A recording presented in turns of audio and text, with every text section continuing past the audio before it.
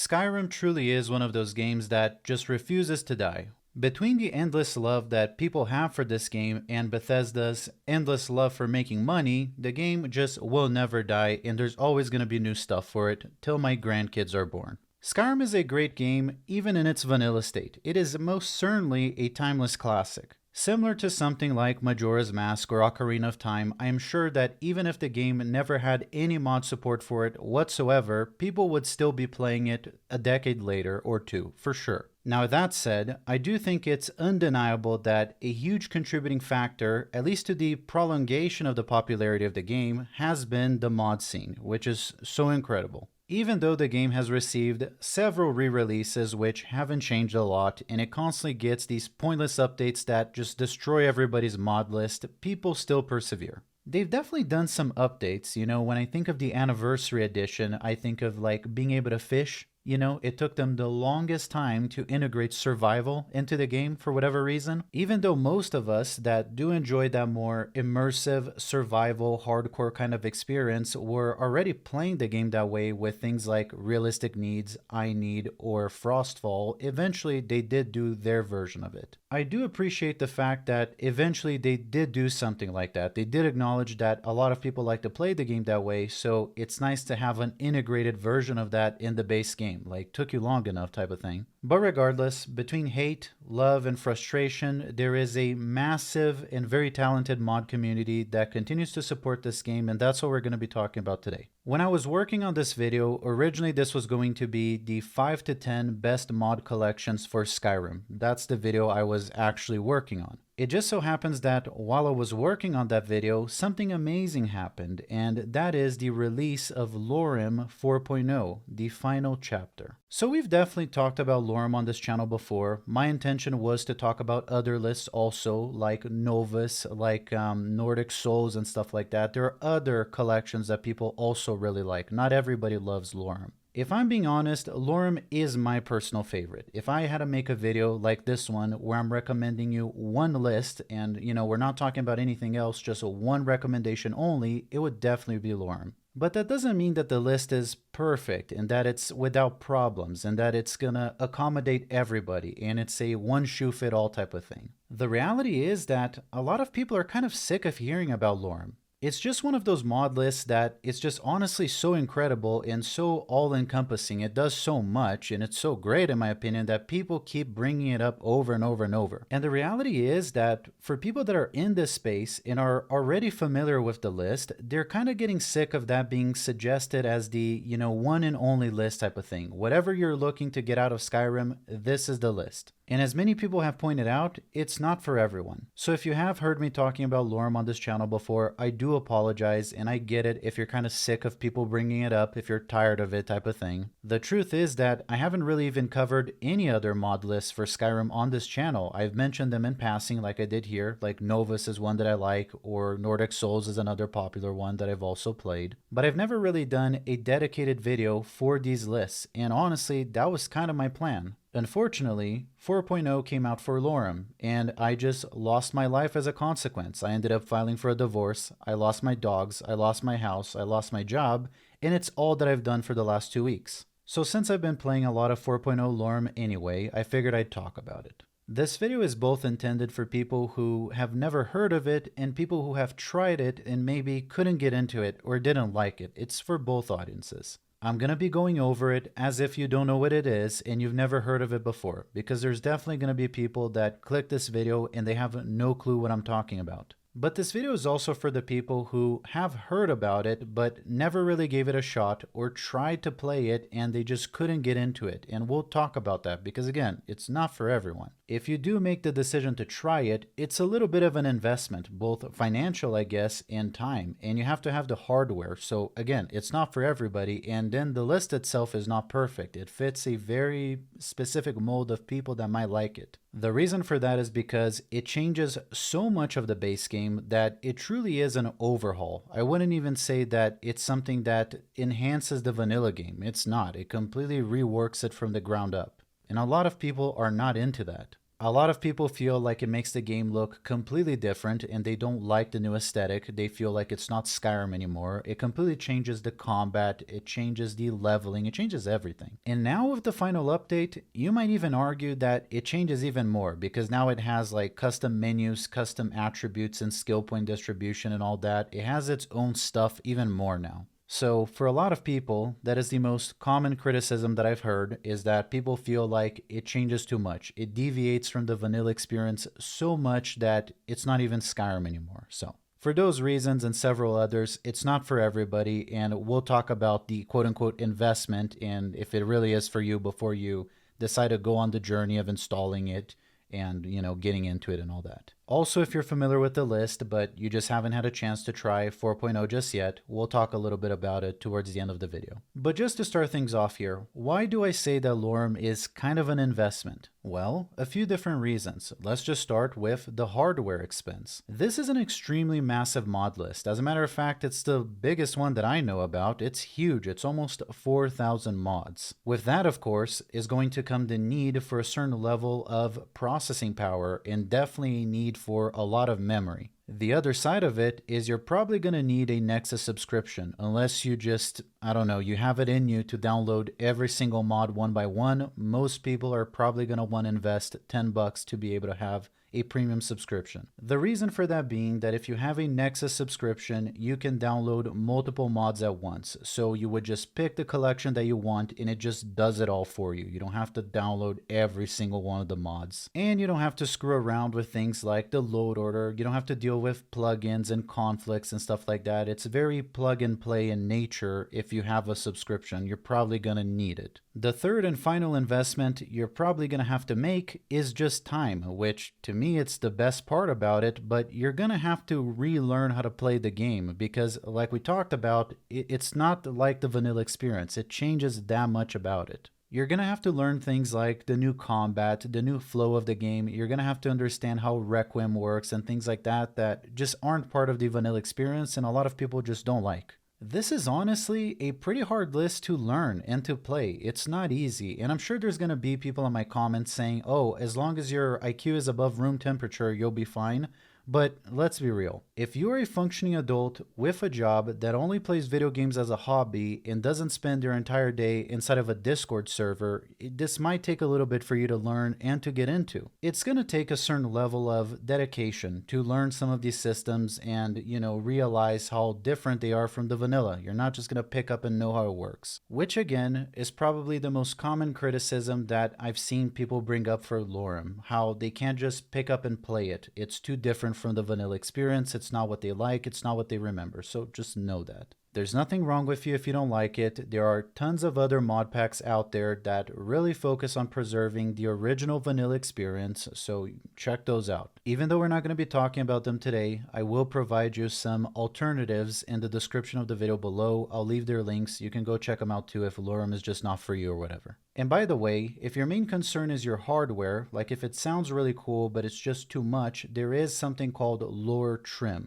There is a trimmed down, as the name implies, version of this list that also exists. So you can enjoy some of the aspects of it, but you don't need as much memory and as good of a PC, I guess. So what does Lorerim do exactly? What does it change? What's the vision behind it? Well, the answer is a lot. Way more than I could ever dream of covering in this video. It's going to end up being like 5 hours long if I were to get into every single little thing it changes. But we can try to narrow it down and focus on the main things that it changes and also the more obvious ones. Like one of the main things that it changes is the graphical enhancements. You can probably just see from the footage. All the footage that you see in this video is from Lorerim, so I don't think I need to point out the obvious, but as you can see, it changes the way the game looks a lot. Which is in fact one of the things that a lot of people really don't like. I personally love it. I think it looks gorgeous, but a lot of people feel like it doesn't look enough like the vanilla. They don't like the change. That is like amongst the top 3 complaints on my videos that I've talked about Lorerim that people seem to not like. It's the way that it looks. It's too different from the vanilla, I guess. Aside from the obvious graphic overhauls and changes that it makes, it also does what you would expect. It adds a bunch of new quests, a bunch of new NPCs, a bunch of new locations. It makes the game,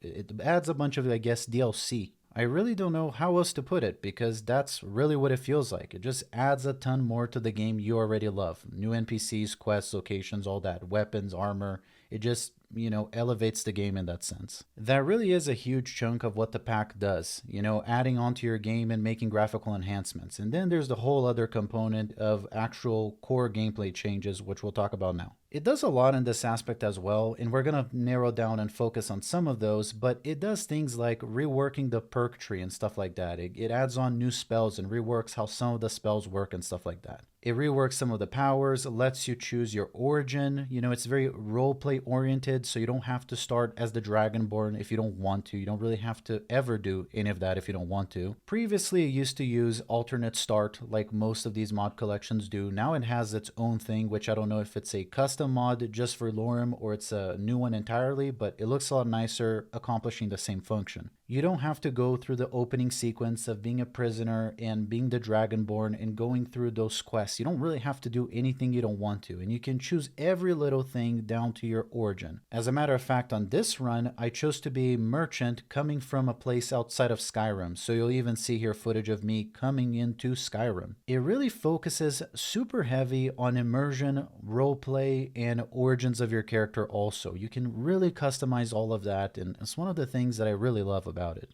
Now, what are the more core gameplay elements that you need to understand going into this? Some of these you need to know to even be able to play the game. So we could probably be here for a while. A lot of this I'm going to let you just discover for yourself because that's part of the magic. But the main thing you got to understand is that this pack uses Requiem. So what is that and why is it important? If you only remember one thing from this entire video and you're just like tuning me out, this is the one thing I'm going to say. Remember this. You cannot save scum. You cannot reload your saves because of the mods and the way that they work. I'm not knowledgeable or smart enough to explain to you exactly why that is or why the conflict happens, but it's the way the mods work. It's not designed for you to reload saves. So in essence, when you die, you gotta kind of live with it. Now you can choose what happens when you die. All of these settings are extremely customizable. So you get to decide what happens when you die. That's actually a huge chunk of the fun in my opinion. It's kind of like living with the consequences of your actions. It's the best part. But even if you choose to give yourself no consequences for your losses or your death, if at any point you try to manually reload one of your saves, it's going to break your game. I've seen it time and time again, people saying that the list doesn't work, that it's buggy, that it's broken, that they reloaded their character and it broke everything. Well, that's why, because you're not supposed to do that. You can decide where your character respawns. You can decide what happens when you die. You can choose that, as soon as you die, you get right back up. Or you can decide to respawn at a local inn, or to respawn at a player home or the nearest hold. Or you can decide to add penalties to your death, which is what I like to do. Also, if at any point the game just feels way too hard for you, you want to do a first run, just kind of learning things or a couple of them, there's no shame. This is not an esport. It's a single player game and you can customize everything you want. If you're having a hard time, just go to the MCM and change the difficulty settings. It has sliders for everything. You can tweak it to your liking. Now, what else to be aware of? The combat. The combat is very, very different. You're actually going to have to learn how to get good at it. When you first start, it might be a little bit frustrating because a wolf, a bandit, everything seems to one-shot you and you seem to be like useless. There is a component of that which is intentional. You are supposed to start as just like a commoner. You're supposed to start as a loser and work your way up to being like a hero, but you're supposed to get there. You don't start like that. As a matter of fact, the leveling is capped, so you don't level up with the world. The world and the enemies are all level capped. So as opposed to the vanilla game where you're going to be leveling up and the world levels up with you, everything is preset. So yes, you are going to have a hard time trying to fight things that are at a level higher than yours. Does that mean that it's not possible to win? Absolutely not. You can. But you might find yourself getting murdered by one or two bandits, and it's going to be frustrating because that's not how the vanilla game plays. Now there's also absolutely a component of acquired skill. You're going to have to learn how to do things that you don't really have to do in the vanilla experience. You're going to have to learn when to dodge, when to look for openings and attack, when to block. Overall, you got to play way smarter. The AI is really smart. At least in comparison to the vanilla, and the combat is a lot more deadly. You kill things a lot faster and they kill you a lot faster, so there's less room for error. It's not that there's something that strictly says that, you won't be able to do that because of multipliers alone. It's not just that. You can in fact accomplish some of these things pretty early on. Even though it's not quote unquote designed for you to be fighting bandits at level 1 or 2, you can win. It's just going to take a little bit more mechanical skill, something like Dark Souls or Sekiro or Nioh. You're going to have to actually get good at the game regardless of your level. It definitely preserves those core RPG elements of needing to level up and learn new skills. All of that is still there, but it also introduces a mechanical skill component which is acquired. Throughout my playthroughs, as my character levels up, definitely there's a component that is just like numerical, right? There are multipliers that, one-handed damage now deals 20 or 40% more. All that stuff is absolutely still present, but there is this feeling that I had throughout my playthroughs that as I'm leveling up, I am definitely getting more powerful, but there's also this sense of like, I have more tools in my utility belt. It's more that you have more toys to play with as opposed to you're just, hit harder. Just generally speaking, as I leveled up, there was this feeling that I could lean more into the roleplay. It wasn't so much about that I hit harder and I have more health now. It's more that my character is becoming who I want it to become. And honestly, because the world and the enemies are capped, you're not racing against the game. You don't have to, make a build or invest optimally. You can do whatever the hell you want. As opposed to the vanilla game where the world is leveling up with you, so if you don't invest optimally, you're gonna have a weak character. Like if you're at level 3 and you invested all your points in charisma or something, you're gonna have a hard time killing wolves because, you didn't invest in damage and they leveled up and you kinda didn't. Now your character is really good at persuasion and trading, but they're not really good at fighting. So there's that ever prevailing sense that you're racing against the game, and I don't like that. But it can be annoying that everything you try to fight seems to be able to kill you and overpower you. Some people get annoyed with that. They want to be able to do stuff from level 1, and you just can't. But the other aspect of it is that you can really lean into the roleplay. There are no useless quote-unquote attributes. You can do things on your own time, at your own pace. It doesn't really matter because nothing is scaling with you. A lot of people don't like that, but it is hands down my favorite thing. Feeling like it doesn't really matter what I invest in. There is a sense that, okay, because I invested so much in charisma, like in this case on this run, I was doing a traveling merchant. I invested a lot in charisma. So yes, I'm obviously going to have a harder time fighting my enemies at level 5 versus somebody that invested everything in like damage or health or one-handed or whatever. If I don't really feel like my character needs to be the strongest warrior of all time by level 5, it doesn't have to be. I can do things on my own time. Maybe I just want him to be a merchant at first. And maybe over time you do learn some of those other skills, but it doesn't have to be your focus. You can kind of do whatever you want. That's what I like about it. The main thing to understand about Lorerim and to really expect going into it is that you're gonna have a hard time at first. You're not gonna be able to clear entire bandit camps and dungeons at level 1 or 2. It doesn't work that way. You have to really work to get there. Even one of those very first quests that you get in the vanilla game, like Bleak Falls Barrow, one of those quests that you get in Riverwood to have to recover the Golden Claw, probably like the first quest you do. That quest is a goddamn nightmare. It's really hard. You have to be at a certain level to even attempt it. It's not as simple as just buying an iron sword and going there at level 1 and clearing out the entire dungeon. It doesn't work like that. Really, the closest experience that I can compare this to is going to be Dark Souls, which it's not like it, it's not the same, but it's the inevitable comparison I feel like I have to make. A lot of this is going to be a matter of repetition, learning the systems, learning the mechanical side of it, and getting better over time. That's where some of the investment is going to come in. In my opinion, that is the best part, but some people are going to get immediately frustrated because they can't do things that they can do in the vanilla. And so they might end up gravitating to other mod lists which add a lot to the game but don't change the core gameplay experience for many other reasons, but that being one of them. Just like Sekiro, just like Dark Souls, just like Nioh, except that suffering is joy. It's part of the process. It's what makes the experience fun. You don't get tired of it as often because of the challenge. I think that as long as you go into it with that mindset, you won't be frustrated. Just go into it knowing that there's going to be a learning curve, and that's part of what makes it fun. As long as you know that, you're going to probably like it. or just from this video alone, you can already tell that it's not for you. And at least you didn't waste your time downloading 4,000 mods, and you can choose one of the other lists that I have in the description. If you were playing any of the previous versions for Lorerim, you're going to come into this and you're instantly going to notice some changes. You're going to notice that a lot of the mods have been cut out and some of them have been replaced. You're not going to start the game in that jail cell from the alternate start mod. You're going to notice custom menus, custom attributes. It looks really, really cool. The main thing that I really noticed is how much smoother it seems to run. Maybe it was just me, I don't know, but everything seems to flow a lot better and more naturally. I saw a lot of people saying the same thing on the Lorerim Discord, that it just feels a lot smoother and it just crashes even less often. It seems to work better overall. At first, honestly, I even thought that the combat had changed, and it really wasn't changed. Even though it feels smoother, the combat itself hasn't changed. They did get rid of the pairing mechanic. That's one thing that I did notice, and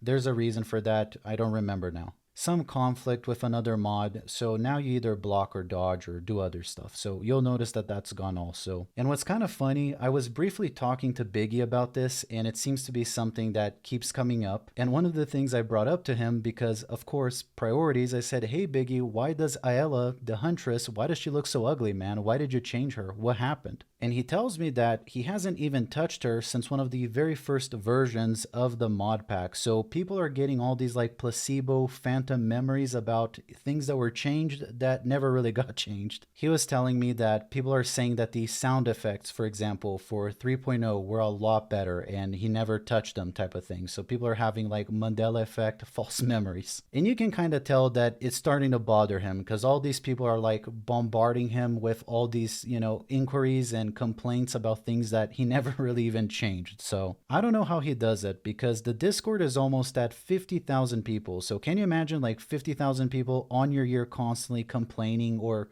asking why something got changed and he didn't even do anything?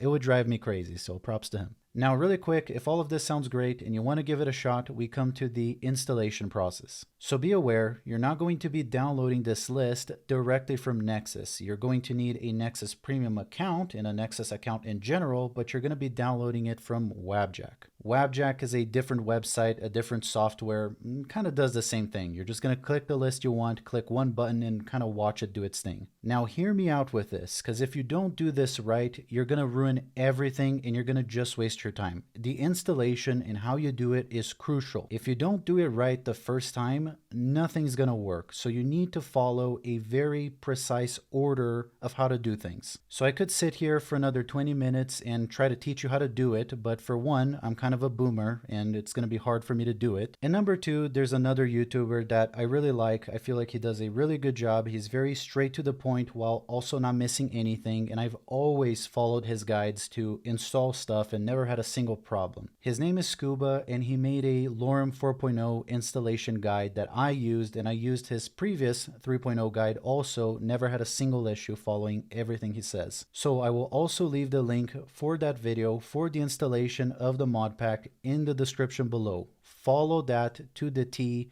and you won't have issues. Do it on your own. You're probably going to have problems because there's some things that are very counterintuitive that you have to do. It's not that much work. It's like 10 minutes of work. All the links for everything that we covered on this video are going to be on the description below. The link to the installation guide that I suggested, the official Lorerim website, alternative mod lists that you're more than welcome to check out that have nothing to do with Lorerim. I'm going to include everything on the description. As always, if you stuck with me till the very end, I thank you very much for your time. If you did enjoy this video, don't forget to leave me a like. It helps me a lot. And if you want to stay on top of everything that's coming out, if you want to use me as a resource to know what are the new mod packs or new mods for different games, I cover a bunch of them. Don't forget to turn on the bell notifications. Again, thank you very much for watching. Have a great week. Take care.